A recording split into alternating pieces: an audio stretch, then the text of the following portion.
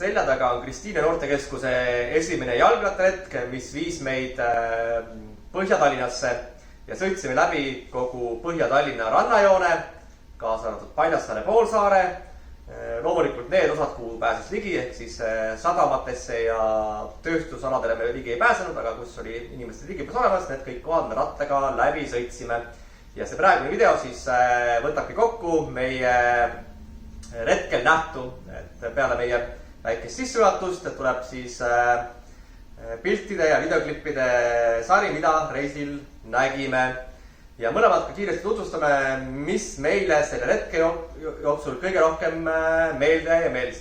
So Peter, what did you enjoy the most during this week's bicycle trip? What are the most memorable things?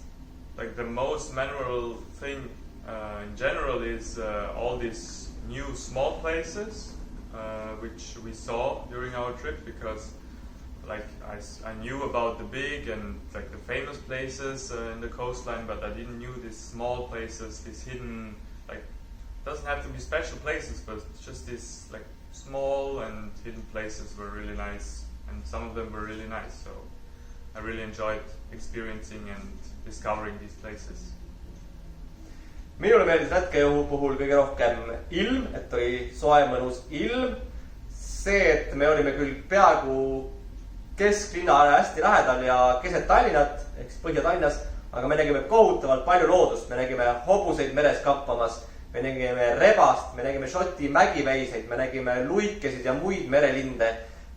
Osa meie teekonnast nägi välja täpselt nagu sõidaks keset metsa.